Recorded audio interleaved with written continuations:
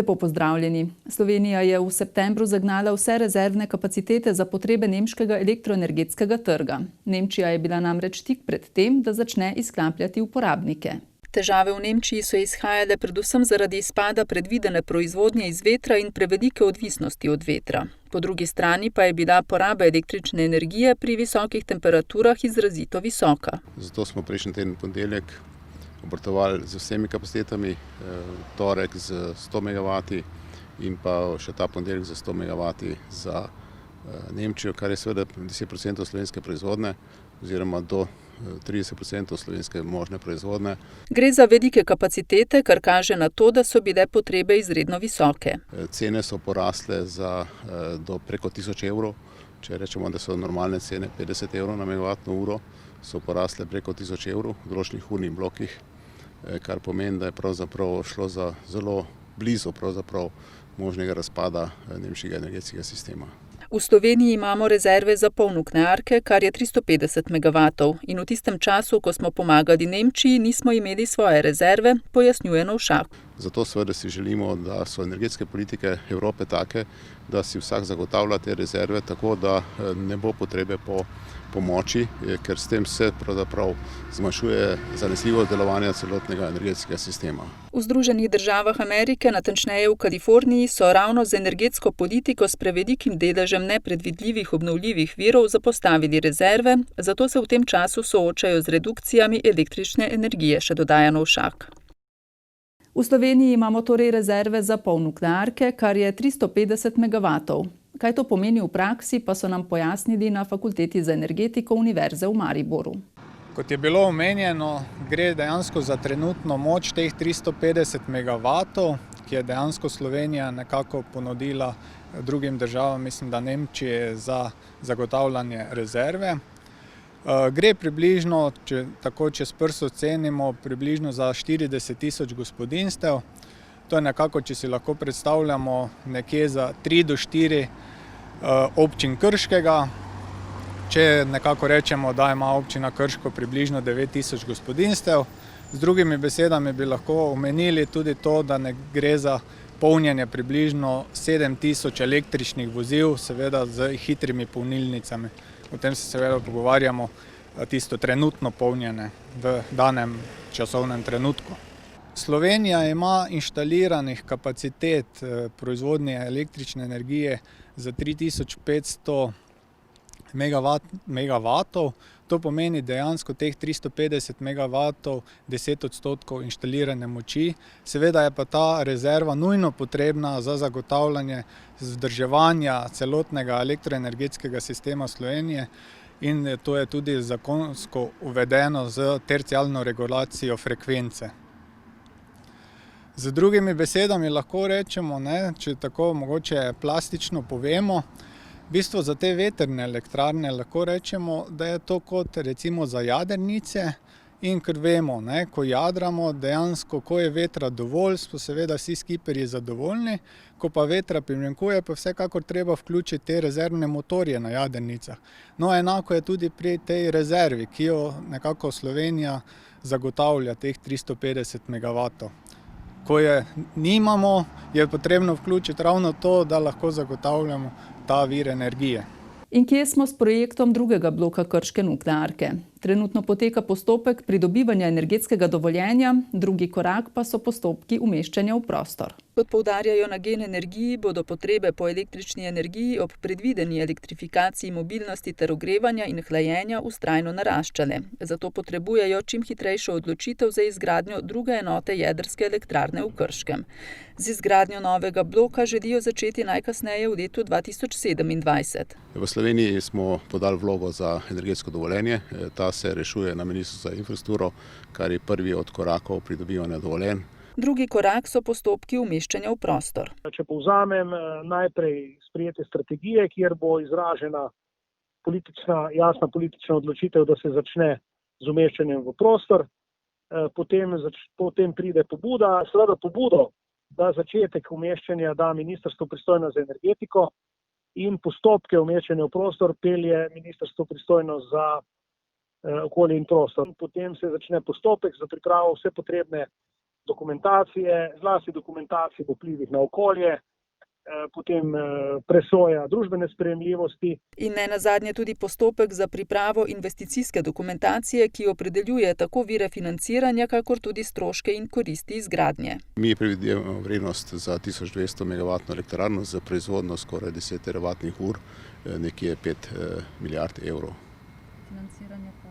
Financiranje je podobno kot na hidroelektrarnah, je zelo pomembno, da čim več z lastnimi viri. Lastnimi viri so pa seveda prosta amortizacija naših objektov, potem pa tudi seveda dobički naših družb, potem pa seveda za partnerji, ki bi na tem projektu sodelovali, ki že kažejo seveda velik interes za sodelovanje. Ostale vire bi predstavljale mednarodna posojila in pomoč izvoznih bank, ki se po Novšakovih besedah čedalje bolj odločajo za izvozne kredite za izgradnjo jedrskih elektrarn, med njimi je tudi ameriška. Potem, ko so letos ostali brez bančne poslovalnice, krajane se novega skrbi, da bi kmalu lahko ostali še brez pošte. Predvsem za starejše bi ukinitev poštne poslovalnice pomenilo precejšnje poslabšanje dostopa do poštnih in drugih storitev, ki jih tam zaenkrat še izvajajo. S Pošte Slovenije sicer sporočajo, da ne bodo zaprli pošte na Senovem, pač pa jo bodo preoblikovali v pogodbeno pošto. Več v nadaljevanju. Pošta nam kar veliko pomeni, ker je banka zaprta in se je veliko ljudi preusmerilo za dvig denarja na pošto. Sedaj pa tudi, če mislijo to zapreti, smo prikrajšani. Ne? Poštna poslovalnica na Senovem zaenkrat še posluje. Vendar pa glede na razmere, ki so in pa na samo situacijo v pošti, se lahko zgodi, da bo naša poslovalnica ena prvih, ki jo bodo zaprli, zaradi tega, ker trenutno ne izpolnjuje tistih pogojev, da bi bila tudi invalidom prijazna. In mislim, da je to eden izmed argumentov, ki ga bodo izkoristili za to, da bi zaprli našo poslovalnico. Kot so nam sporočili z Pošte Slovenije, pošte na Senovem ne bodo zaprli, pač pa jo bodo preoblikovali v pogodbeno pošto. Po izpeljavi postopka za preoblikovanje pošte 8281 Senovo bodo pričeli z iskanjem potencialnega ponudnika za prevzem pogodbene pošte. Poslovalnice se, da bi se izognile zapiranju, pogosto spreminjajo v pogodbene pošte, kjer storitve v imenu Pošte Slovenije opravljajo na primer trgovine, bencinski servisi in trafike. Na ta način se prilagajajo spremenjenim okoliščinam, kot je upad pisemskih pošiljk. Na pogodbeni pošti lahko uporabniki opravijo večino storitev kot na redni pošti. Prav tako je na pogodbenih poštah odpiralni čas za stranke praviloma daljši, dodajajo v odgovoru na naše vprašanje. Senovska pošta sicer zdaj deluje po deljenem delovnem času, njena vrata pa so ob sobotah zaprta. Kajti, če dobiš v petek obvestilo, da si prejel pošiljko poštno ležečo ali priporočeno, nimaš več možnosti, da v soboto to dvigneš, moraš počakati do ponedeljka, kar je za marsikaterega privatnika, obrtnika tudi neprijetno.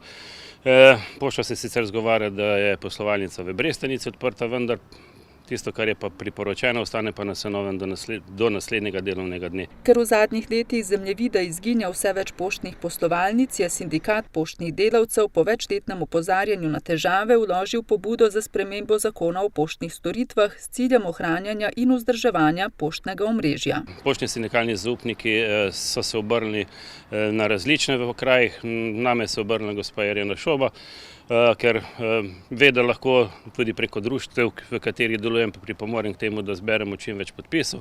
Mi smo potem to izkoristili še tudi naš Facebook profil, da pozivamo ljudi, da pač gredo na upravno enoto in podpišejo izjavo in upamo, da bomo uspeli in da bo prišlo do tega, ne samo, da bo prišlo do spremembe zakona, ampak tudi, da bo splošna politika začela imeti pred očmi tudi majhnega človeka, kot včasih rečemo. S pošte so sporočili, da imajo po državi trenutno skupno 485 kontaktnih točk, 140 pogodbenih pošt, 26 premičnih pošt, lastnih pošt Pošte Slovenije pa je 320. Na Senovem so sicer letos že ostali brez edine bančne poslovalnice v kraju. Neki izgovor, da 2400 komitentov ne pomeni možnosti za uspešno poslovanje banke, to absolutno ne more držati. Ne. Strinjam se, da 2400 na Senovem, pa če je to 10 poslovalnic, pridemo hitro na 24-25 tisoč komitentov, če pa to ni pogoj, da lahko nekje normalno deluješ, potem pa res ne vem. Tudi zgovarjajo se na geografsko pokritost. Dejansko od Podčetrtka pa Do Krškega nimamo skoraj več bančne poslovalnice, v Bistrici ob Sotli so hoteli še ukiniti bankomat, torej pa vemo, kje smo. Na pobudo Petroviča, ki je tudi občinski svetnik, občina razmišlja o možnosti, da po izpraznitvi prostorov v domu 14. divizije na Senovem, kjer je sedaj oddelek vrtca, le tega nameni za nudenje poslovnega prostora kateri izmed bank, ki bi bile pripravljene priti na Senovo. Ostajamo pri tej temi. Na krajevni skupnosti Senovo menijo, da bi ta korak za krajane pomenil velik primanjkljaj. Ker niso bili s tem seznanjeni, nameravajo narediti poizvedbo pri Pošti Slovenije, ali so te predvidene namere resnične. Za samo Senovo in predvsem pa za krajane Senovega je ukinitev pošte oziroma preusmeritev pošte v pogodbeno pošto sigurno en primanjkljaj oziroma krajani bodo težje in pa seveda z manjšo mero lahko uporabljali poštne storitve in seveda drugo dejavnost, ki jo pošta izvaja. Že sedaj pravzaprav je omejitev delovnega časa pošte na Senovem pomenila veliko oviro za krajane. Glede na to, da krajevna skupnost Senovo ni bila seznanjena z nobeno informacijo o zaprtju pošte, nameravamo strani krajevne skupnosti Senovo pravzaprav narediti neko poizvedbo pri Pošti Slovenije, ali so te predvidene namere resnične oziroma ali bo na Senovem pošta ukinjena ali bo varianta pogodbene pošte. Pravzaprav Pošta Senovo že sedaj ne izpolnjuje določenih pogojev, ni dostopna za invalide, pa tudi ta deljeni delovni čas, ki sem ga omenila, je bil za krajane Senovega zelo moteč. Posavska gospodarska zbornica je nagrado Reichenburg podelila priznanja za najboljše inovacije v regiji za leto 2020. Podelili so po 3 zlata, srebrna in bronasta priznanja ter priznanje za prispevek na področju inovativnosti. 7-članska komisija je prejela 10 prijav na razpis. Predsednik Tomaž Žagar poudarja, da gre za zelo kakovostno pripravljene inovacije. Za inovacije imamo že vsa leta 2 glavna kriterija. En je to, da je inovacija nova, da je nekaj novega, da ni drugega recimo v Sloveniji, še bolj, če je to nekaj novega res v svetu. Drugi kriterij pa je, da ima tudi gospodarski učinek, se pravi, da ustvarja dodatna delovna mesta, večji dosežek na trgu, neko konkurenčno prednost pri prodaji. Letos so ocenjevali po enotnih kriterijih po vsej Sloveniji. Tako da smo vse področne komisije v bistvu uporabljale enake kvantitativne merilnike. Seveda, te glavna cilja sta potem razdeljena na več merilnikov, kazalnikov in te so majčkeno bili prenovljeni.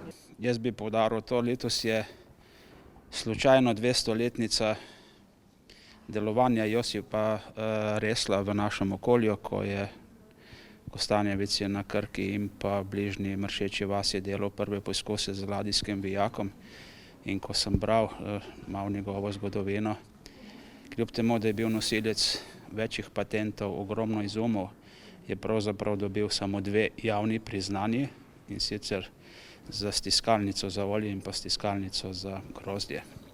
Naš namen pa je, da mi inovatorje javno nagradimo.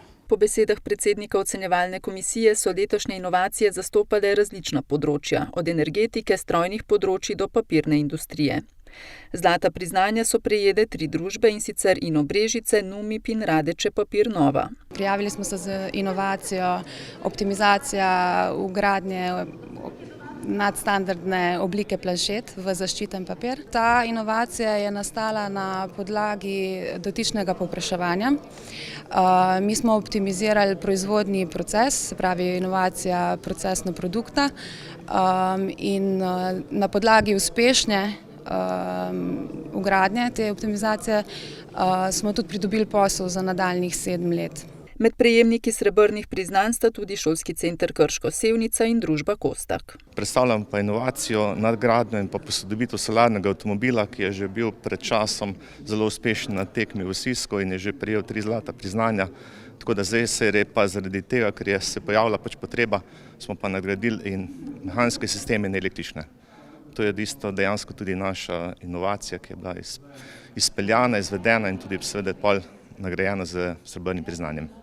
Naša inovacija predstavlja malo komunalno čistilno napravo s filtrnim medijem, ki je namenjena čiščenju komunalnih odpadnih voda na območju razprašene poselitve. Njena nekako inovativnost in posebnost je v tem, da je sam filtrni medij naprave v celoti ograjen in v naravno okolje na način, da ohranja primarno funkcijo, je nemoteč, se ga ne zazna, se ga ne vidi, ne povzroča neprijetnih vonjav, je energijsko nekako neodvisen in pa hkrati trajnostno naravnan. Poleg 3 zlatih in srebrnih so podelili še 3 bronasta priznanja in priznanje za prispevek na področju inovativnosti. Na nacionalni nivo ocenjevanja gredo tokrat 3 najvišje ocenjene zlate inovacije, nacionalna priznanja za inovacije pa bodo podeljena na Dnevu inovativnosti 2020, ki bo potekal 30. novembra na Brdu pri Kranju.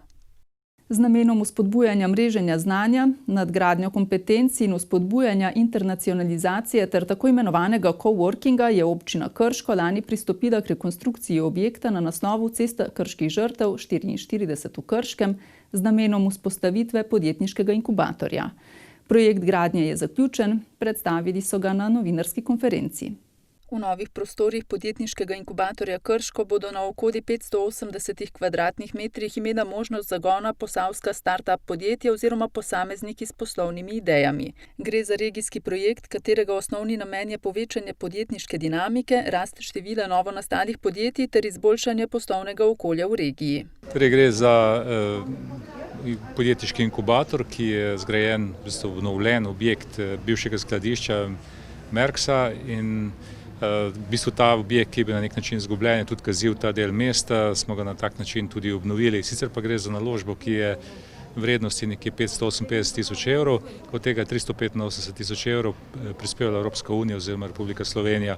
S tem smo pridobili en lep objekt, ki mislim, da bo tudi koristen, predvsem za podjetnike v celotnem Posavju. Programe in vsebinske aktivnosti pripravljajo na Centru za podjetništvo in turizem Krško. Z oddajo prostorov bodo začeli z januarjem prihodnje leto. Dejansko je sama investicija naj bi nekako potekala do konca naslednjega leta, vendar smo se odločili, glede na to, kakšna je situacija in glede na stanje epidemije, da mogoče že kakšnemu mlademu podjetniku že predčasno ponudimo te prostore. Sicer ne gre samo za prostore, ampak kompleksen program mentorstva, različnih usposabljanj, kjer se bojo lahko mladi podjetniki vključevali. Seveda nadgrajujemo inkubator tudi z našo poslovno točko Spot, ki jo že vodimo na našem centru. V inkubatorju bodo prostor za obdobje do 5 let dobila novo nastala podjetja, ki na dan oddaje vloge ne bodo starejša od 2 let. Namen inkubatorja je namreč nuditi podporo podjetjem v začetnem obdobju. Dijaki šolskega centra Krško Sevnica in gimnazije Brežice so raziskovali, programirali in ustvarjali na 5-dnevnem poletnem taboru energetike. Tokratna naloga je bila izdelava robotske roke, ki simulira dvigovanje in spuščanje gorivnih celic v jedrskem reaktorju. Tole je taka miniaturna robotska roka, narejena iz mikrokrmilnika Arduina, ki se čisto enostavno sprogramira prek računalnika, tako da recimo predstavlja izvijač iz enega mesta na drugo. Poleg programiranja so mladi osvojili veščine 3D načrtovanja in 3D tiskanja. Zdaj sem že tretjič šle, so me povabili osebno tudi. Mislim, vsak let je zanimivo, rad pridem. Gimnazijka Kristina se je tabora udeležila prvič. V bistvu sem našla reklamo za tabor na internetu in sem se odločila, da bom šla probat, ker še nikoli prej nisem nič takega počela. Od začetka mi je bilo zelo težko, ker nisem razumela, kaj delam, ampak zdaj mi je zelo zabavno, ker sem se veliko novih stvari naučila in tudi počasa začenjam razumeti. Namen taborja, poletnega taborja energetike, dejansko dijake navdušiti za energetiko, za tehniko, ne nazadnje za modeliranje, 3D tiskanje, programiranje mikrokrmilnikov, tako da dijaki spoznajo neke osnove tehnike in energetike. Tem temam pozornost posvečajo vsako leto. Poletni tabor energetike je namreč Fakulteta za energetiko v sodelovanju z Gen Energijo tokrat pripravila že 3. leto zapored. Zamisel o taboru pa pravzaprav izhaja iz Genovih podjetnih delavnic. Zdaj 3. leto izvajamo zelo popularne, lahko rečem, delavnice, sodeč po odzivu dijakov. In prav se trudimo, da vedno vsak izdelek, imamo en tak izdelek, vsako leto eno rdečo nit, da povežemo s kakšnimi energetskimi temami. Tako smo recimo prvo leto imeli obnovljive vire energije in izdelavo sončnega sledilnika, potem smo prejšnje leto šli na elektromobilnost, ki je zelo aktualna.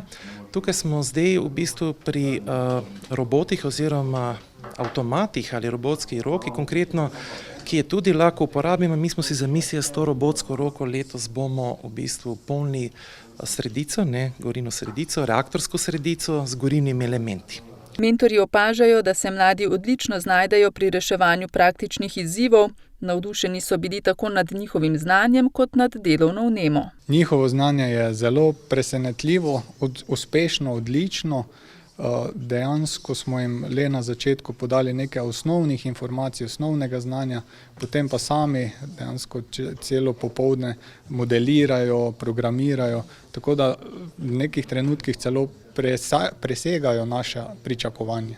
Kot bivši pedagog, ki sem delal na šoli, vem, da recimo med poukom fizike, ko je zvonc bil, takole so stekli ven, ko mi čakali, da je konec, tukaj pa pravzaprav in na malico moramo terati. Opozorimo take, ki ostanejo še, gledajte malice, zdaj pojdite na malico, pa potem vidimo, da dejansko da je interes velik. Nič ni nenavadnega, da tudi v preteklih letih se je dogajalo, da v bistvu pridejo že zjutraj rečejo, gledajte, tole smo programirali še kar globoko v noč, naredili smo na našem 3D tiskalniku, ki nekateri imajo doma še takšen kos, se pravi, ko vidiš v bistvu takšno dejanje, potem veš, da si na pravi poti. Interesa za sodelovanje na taboru je vsako leto več, vendar so zaradi letošnjih posebnih razmer omejili število sodelujočih dijakov iz gimnazije Brežice in šolskega centra Krško Sevnica. Spoštovani gledalci, spremljali ste septembrski pregled gospodarstva v Posavju. Hvala za pozornost in nasvidenje.